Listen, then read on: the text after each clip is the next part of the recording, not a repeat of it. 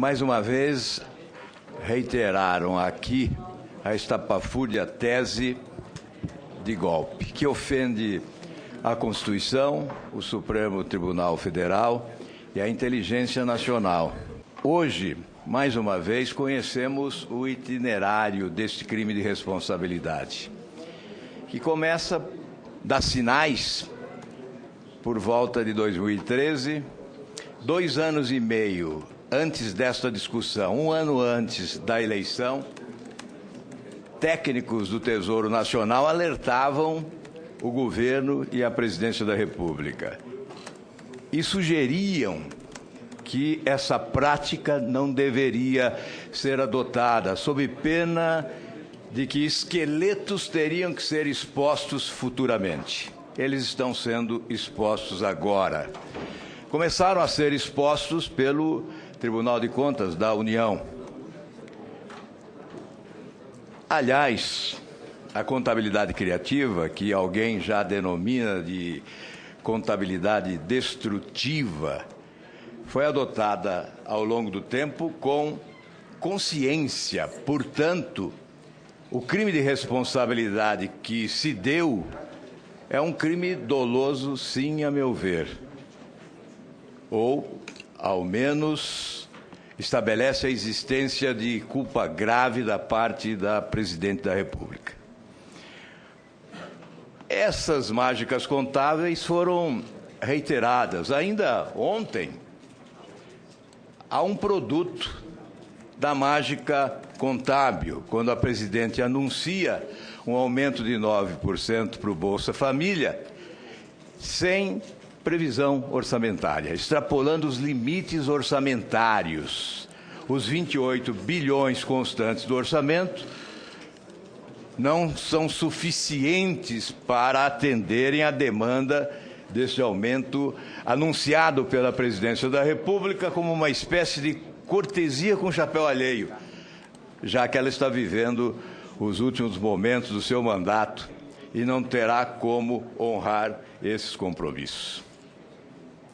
Aliás, mágica contábil gravíssima é essa que se deu com a transferência de cerca de 716 bilhões de reais ao BNDES, sendo que mais de 400 bilhões tendo origem no FAT, aliás, 200 e poucos bilhões com origem no FAT, PIS/PASEP e FGTS, portanto, recursos dos trabalhadores brasileiros subtraídos para uma transferência a grupos econômicos nacionais, privilegiados pelos ocupantes da Presidência da República nos últimos anos, e a países ideologicamente próximos dos governantes brasileiros.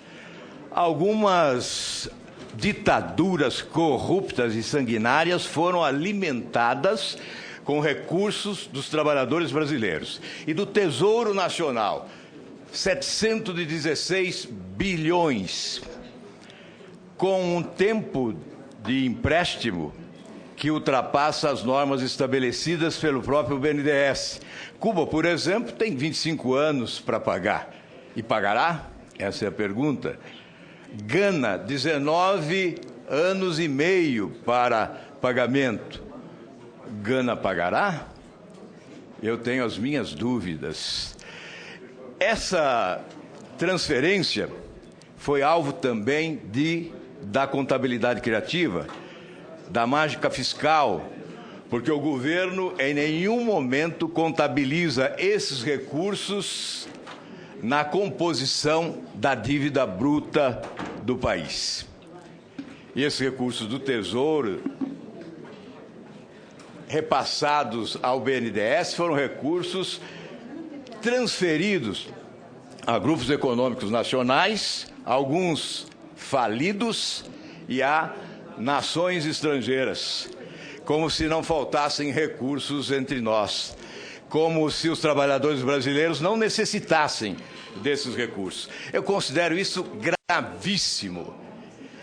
produto da contabilidade criativa que se tornou contabilidade destrutiva, já que os interesses nacionais foram alvejados. Eu faço algumas perguntas, especialmente ao Procurador de Contas, já que o Tribunal de Contas é que alicerça tecnicamente essa proposta de crime de responsabilidade que estamos aqui enfrentando. O Tribunal de Contas eu considero uma corte com quadros técnicos excepcionais, de alta credibilidade, de enorme respeitabilidade, e não deveria estar sendo ofendido por pretensos entendidos em contabilidade, em contas públicas, em crime de responsabilidade, etc. Eu indago, para algumas pessoas, as irregularidades que fundamentam essa denúncia, as pedaladas e os decretos de crédito suplementar, essa fraude dos decretos, são meras questões contábeis. E eu pergunto, é isso mesmo? Qual a gravidade jurídica dessas condutas? Qual é o impacto que elas têm sobre a economia, os direitos sociais, a vida real dos brasileiros? A repetição em 2015 de fatos indicados pelo TCU como possíveis irregularidades no processo das pedaladas e na apreciação das contas do governo constitui uma condição de agravamento da conduta da Presidente da República? A realização de operações de crédito irregulares junto à Caixa, ao Banco do Brasil e ao BNDES na casa dos bilhões de reais, 1 bilhão, 2 bilhões, 6 bilhões, por um longo período de tempo, beneficiou de alguma forma diretamente a Presidente da República, especialmente no pleito eleitoral de 2014? Se a emissão dos decretos de abertura de crédito suplementar por si só não tem o condão de impactar o resultado fiscal, qual a gravidade dessa conduta? Porque ela deveria ensejar o impeachment da Presidente da República? Se a Presidente da República utilizou as pedaladas fiscais e a gestão orçamentária e financeira da União em benefício próprio no último ano do seu mandato e com propósitos eleitorais, devemos entender que a Constituição impede sua responsabilização durante o novo mandato? Essa interpretação não representaria um salvo-conduto para todos os candidatos à reeleição, em todos os níveis de governo, criando um risco moral com imenso potencial de prejudicar as finanças públicas do país, tornando inócuo vários dispositivos da Lei de Responsabilidade Fiscal que se referem justamente ao último ano de mandato dos chefes do Poder Executivo? Essas são as indagações. Muito obrigado, presidente. Muito obrigado, senhor presidente. Obrigado, senador Álvaro Dias, pelas perguntas. Evidentemente, não são meras questões contábeis.